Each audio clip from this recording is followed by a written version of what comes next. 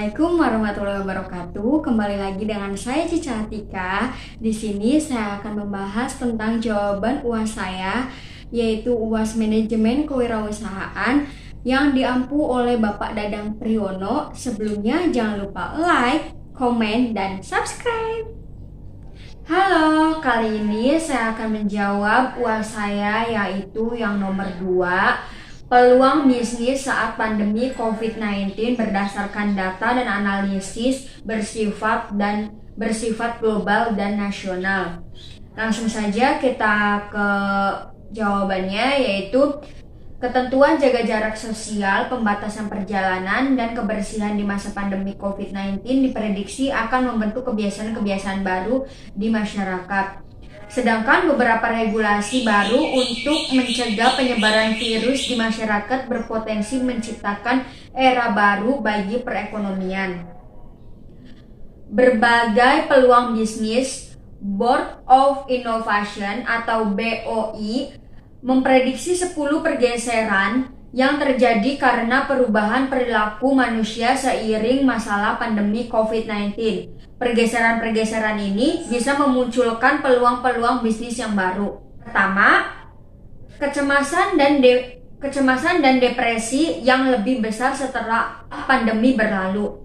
Sebab banyak orang-orang diprediksi akan merasa lebih terisolasi, kehilangan pekerjaan, menghadapi masalah kesehatan dan hubungan. Di tengah kondisi ini, kebutuhan atas terapi diprediksi membesar. Begitu juga dengan aplikasi hiburan. Kedua, hilangnya kepercayaan terhadap kebersihan orang dan produk. Dengan penyebaran virus corona, konsumen dan organisasi lebih berhati-hati terhadap orang dan produk yang dihadapinya. Alhasil, kemungkinannya akan ada ekspektasi atas bukti formal akan kebersihan dan kesehatan. Ini akan menghasilkan perubahan kemasan, pertukaran rekam jejak kesehatan, dan temperatur. Bisnis retail atau hospital dengan jasa gratis untuk kebersihan, preferensi produk yang natural. Layanan pengantaran tanpa kontak. Ketiga, pembatasan perjalanan. Bahkan dalam negeri, melakukan perjalanan akan terasa beresiko karena ada kemungkinan sulit untuk pulang atau ketidakpastian soal keamanan di negara lain. Dengan kondisi ini, pariwisata lokal diprediksi bakal berkembang. Keempat,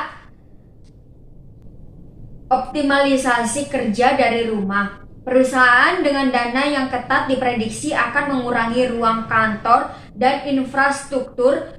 Orang akan membawa khusus, mesin, dan pelengkapan canggih seperti audio, video masuk ke dalam rumah. Kebijakan dan asuransi baru akan mengikuti. Kelima, meningkatnya tensi dan konflik di berbagai level. Banyak orang dan organisasi akan memasang posisi bertahan hidup. Dalam kondisi ini, orang kemungkinan melakukan pelanggaran kontrak atau regulasi. Keenam, peningkatan level pengangguran. Banyak orang diprediksi terpaksa memikirkan ulang karir mereka. Dalam kondisi ini, layanan untuk kemampuan baru atau pelatihan diprediksi mencapai puncaknya. Selain itu, banyak juga yang akan banting setir menjadi wirausahawan. Ketujuh, terbiasa membawa pulang dan mengirim berbagai barang. Banyak bisnis retail dan agen produk diprediksi mengubah layanannya menjadi berbasis pengiriman. Meskipun retail reguler tetap ada. Berdasarkan kondisi ini, kemungkinan lebih banyak layanan pengiriman khusus misalnya makanan beku. Selain itu, rantai pasok yang lebih maju, misalnya pengantaran untuk berbagai toko ke tujuan yang sama.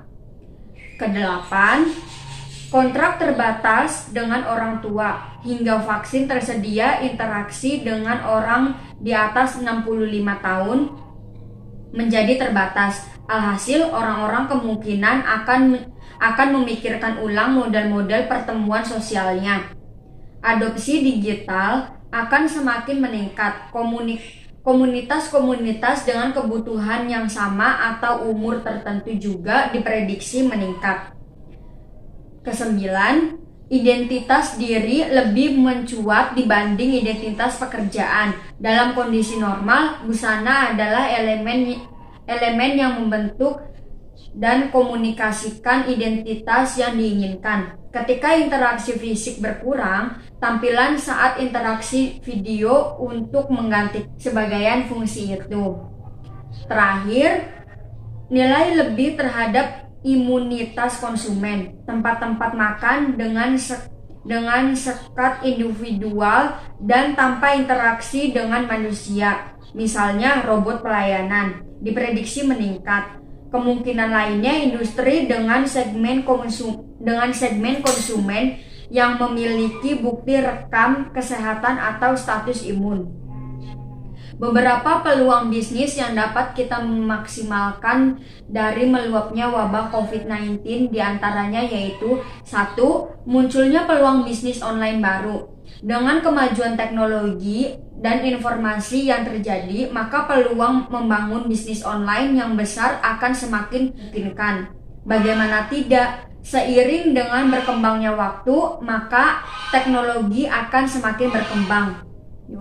Dan hal tersebut tentunya dapat dimanfaatkan sebagai inovasi untuk mengembangkan bisnis akan semakin besar.